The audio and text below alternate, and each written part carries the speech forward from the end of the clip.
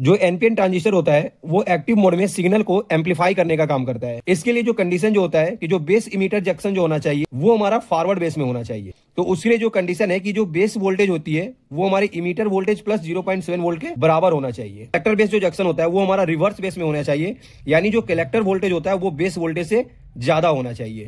हमने यहाँ पर एक ट्रांजिस्टर लिया है, इसका इमीटर को हमने ग्राउंड कर दिया है। तो पहला कंडीशन क्या कहता है कि जो बेस इमीटर जंक्शन जो होना चाहिए वो फॉरवर्ड बेस में होना चाहिए।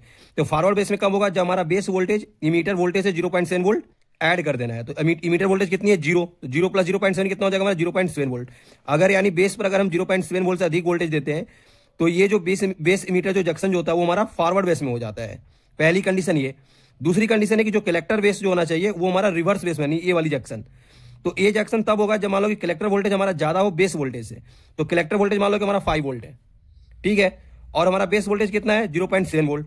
तो अब कलेक्टर वोल्टेज तो हमारा ज्यादा है बेस वोल्टेज से, तो उस कंडीशन में ये क्या हो जाएगा हमारा रिवर्स बेस जंक्शन हो जाएगा। तो ये जो ट्रांजिस्टर होगा ये हमारा एक्टिव मोड में काम करेगा, यानी ये सिग्नल को एम्पलीफाई करने का काम करेगा।